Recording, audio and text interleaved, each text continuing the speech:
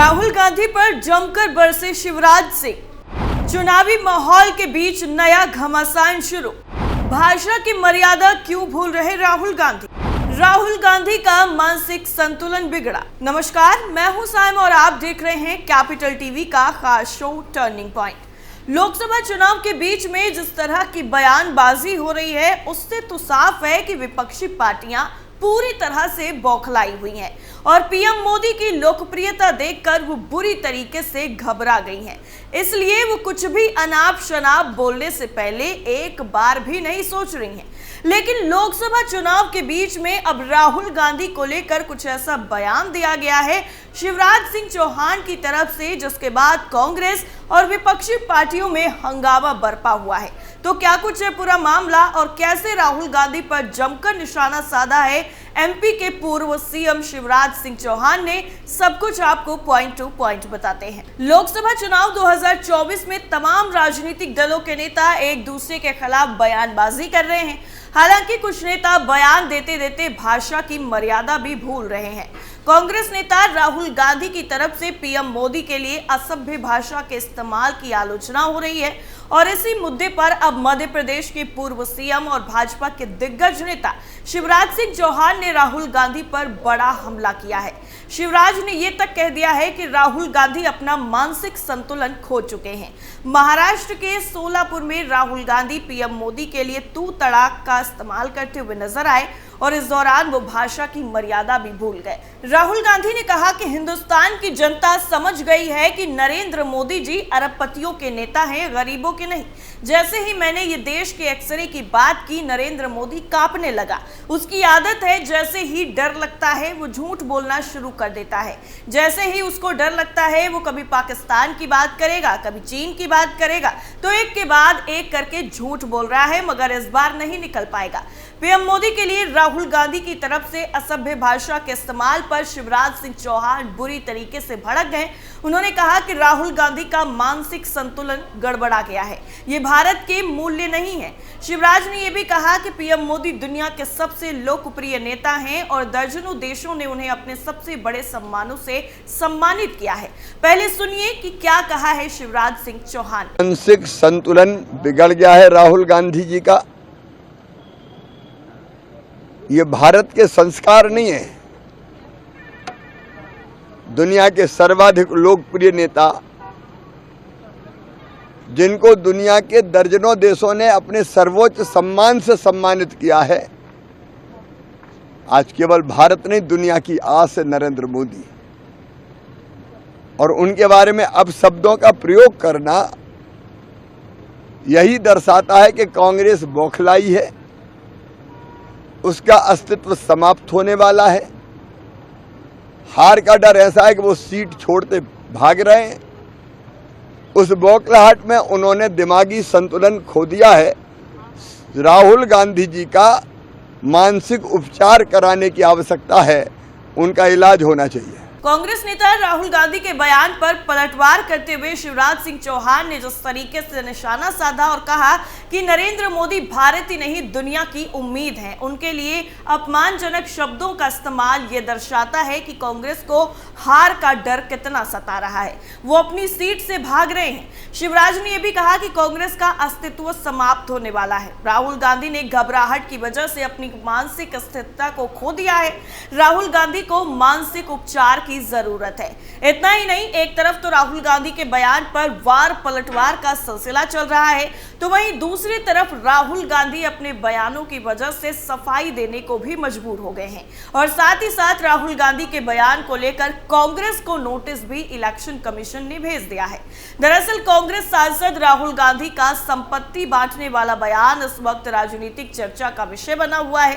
PM Modi तो हर चुनावी rally में इसका जिक्र कर कांग्रेस पर हमलावर है।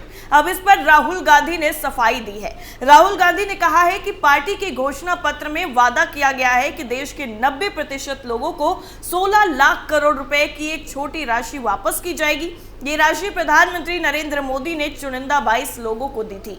दिल्ली के जवाहर भवन में सामाजिक न्याय सम्मेलन में बोलते हुए राहुल गांधी ने कहा कि हमने ये नहीं कहा है कि हम पूरे 16 लाख करोड़ रुपए वापस कर देंगे। हमने गणना की है और कहा है कि केवल थोड़ी सी राशि वापस की जाएगी।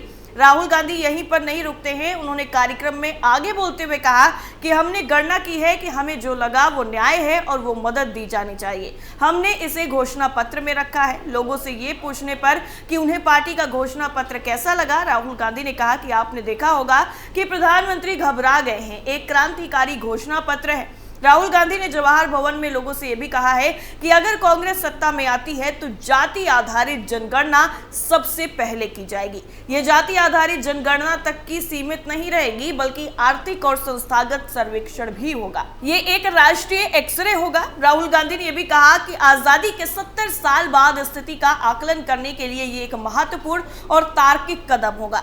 राहुल गांधी ने यह भी कहा कि वो कहते हैं कि मैं गंभीर नहीं हूं, मुझे राजनीति में कोई दिलचस्पी नहीं है। भूमि अधिग्रहण विधेयक, मनरेगा, नियमगिरी भट्टा, परसौल गंभीर नहीं है, लेकिन अमिताभ बच्चन, ऐश्वर्या राय और विराट कोहली गंभीर मुद्दे हैं। जब लोग बड़ी आबादी के बारे में बात करते हैं तो वो हमें गैर गंभीर कहते हैं। राहुल गांधी यहीं पर नहीं रुकते हैं और वो आगे कहते हैं कि जब आपके हाथ में लाउड स्पीकर नहीं होता है तो आप जो कुछ भी कहते हैं वो गंभीर नहीं होता है।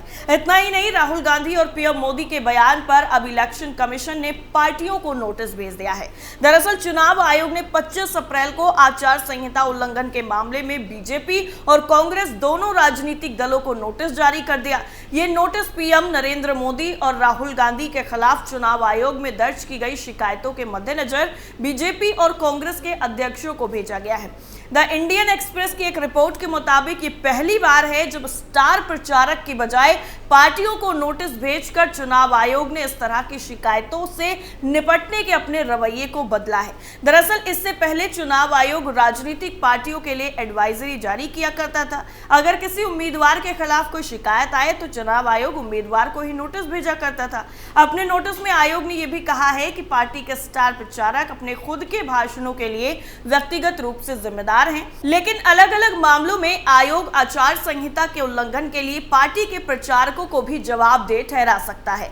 दरअसल एक रिपोर्ट में बताया गया है कि चुनाव आयुक्त ने कहा है कि चुनाव आयोग का ये कदम जोखिम भरा है। उन्होंने ये भी कहा कि अगर किसी नेता की टिप्पणी के लिए आप पार्टी को नोटिस जारी करते हैं तो आपके पास उस नेता के खिलाफ कार्रवाई करने की गुंजाइश कितनी है। मान लीजिए कि अगर पार्टी जवाब देती है और वो आपको संतोषजनक नहीं लगा तो आप पार्टी के खिलाफ क्या कार्रवाई करेंगे। पूर्व चुनाव आयुक्त ने यह भी कहा है कि इस कदम से चुनाव आयोग का इरादा साफ नहीं है। चुनाव आयोग का बदला रुख। चुनाव आयोग के रुख में बदलाव इसलिए भी महत्वपूर्ण है क्योंकि इससे पहले भी आयोग ने आचार संहिता के उल्लंघन के मामले में हाई प्रोफाइल नेताओं को नोटिस भेजा है। साल 2007 में गुजरात विधानसभा चुनाव के दौरान सोनिया गांधी, 2013 में मोदी, 2014 में अमित शाह, जब वो भाजपा महासचिव हुआ करते थे, उनको चुनाव आयोग ने नोटिस दिया था। हालांकि ये जानना भी अहम है कि आज तक किसी भी मौजूदा प्रधानमंत्री को आचार संहिता के उल्लंघन की शिकायत पर नोटिस नहीं भेजा गया है। अब इस पूरी जो रिपोर्ट है इसमें आगे ये बताया गया है कि चुनाव आयोग के अधिकारी के मुताबिक जारी किए गए ये नोटिस मुख्य चुनाव आयुक्त राजीव कुमार की घोषणा का ही हिस्सा है। 16 मार्च को राजीव कुमार ने लोकसभा चुनाव पर अपनी प्रेस कॉन्फ्रेंस के दौरान कहा था कि आचार संहिता का बार बार उल्लंघन करने वाले प्रचारकों के खिलाफ सख्त कार्रवाई की जाएगी। चुनाव आयोग के अधिकारी ने यह भी बताया है कि जिम्मेदारी बढ़ाई जा रही है और बल्कि कानूनी तौर पर उस राजनीतिक पार्टी को भी जोड़ा जा रहा है जिसका नाता स्टार प्रचारक से है।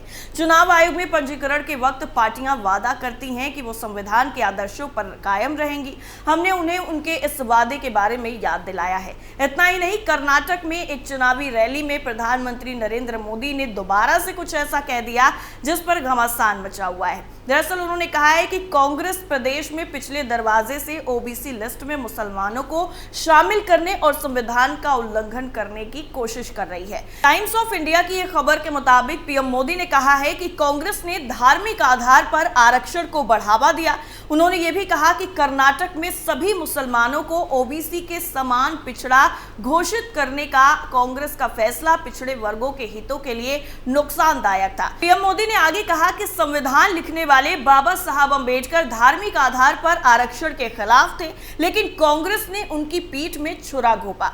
मुसलमानों को आरक्षण देना गैर कानूनी था। ये पूरे देश के ओबीसी समुदायों के लिए खतरे की घंटी है। आपको पता है कि कांग्रेस ने कर्नाटक में क्या गुनाह किया। रातों रात अपनी आर्थिक और सामाजिक स्थिति के बावजूद सभी मुसलमानों को ओबीसी लिस्ट में शामिल कर दिया गया। ओबीसी रिजर्वेशन के अधिकार को छीनकर गैर कानूनी तरीके से मुसलमानों को दे दिया गया। इसके जवाब में कांग्रेस नेता और प्रदेश के मुख्यमंत्री सिद्धारमैया ने कहा है कि पीएम खुले तौर पर झूठ बोल रहे हैं। हार की डर की वजह से वो मायूस हो गए हैं। रिजर्वेशन संविधान के मुताबिक दिया जाता है, इसमें कोई अपनी मर्जी से बदलाव नहीं कर सकता। राज्यों के पास इसमें बदलाव करने की ताकत नहीं होती है। हमारे प्रधानमंत्री को ये बेसिक जानकारी भी नहीं है। ये देश का दुर्भाग्य है। यानी कुल मिलाकर के लोकसभा चुनाव के लिए जो समीकरण है वो पल पल बदल रहे हैं और आने वाले चुनाव के नतीजे क्या होंगे और किसे चौंकाएंगे ये देखना बेहद ही दिलचस्प होगा। वैसे आपका क्या मानना है इस रिपोर्ट को लेकर हमें कमेंट करके जरूर बताइए। फिलहाल के लिए इतना ही। बाकी तमाम खबरों के लिए आप जुड़े रहिए कैपिटल टीवी के साथ। नमस्कार।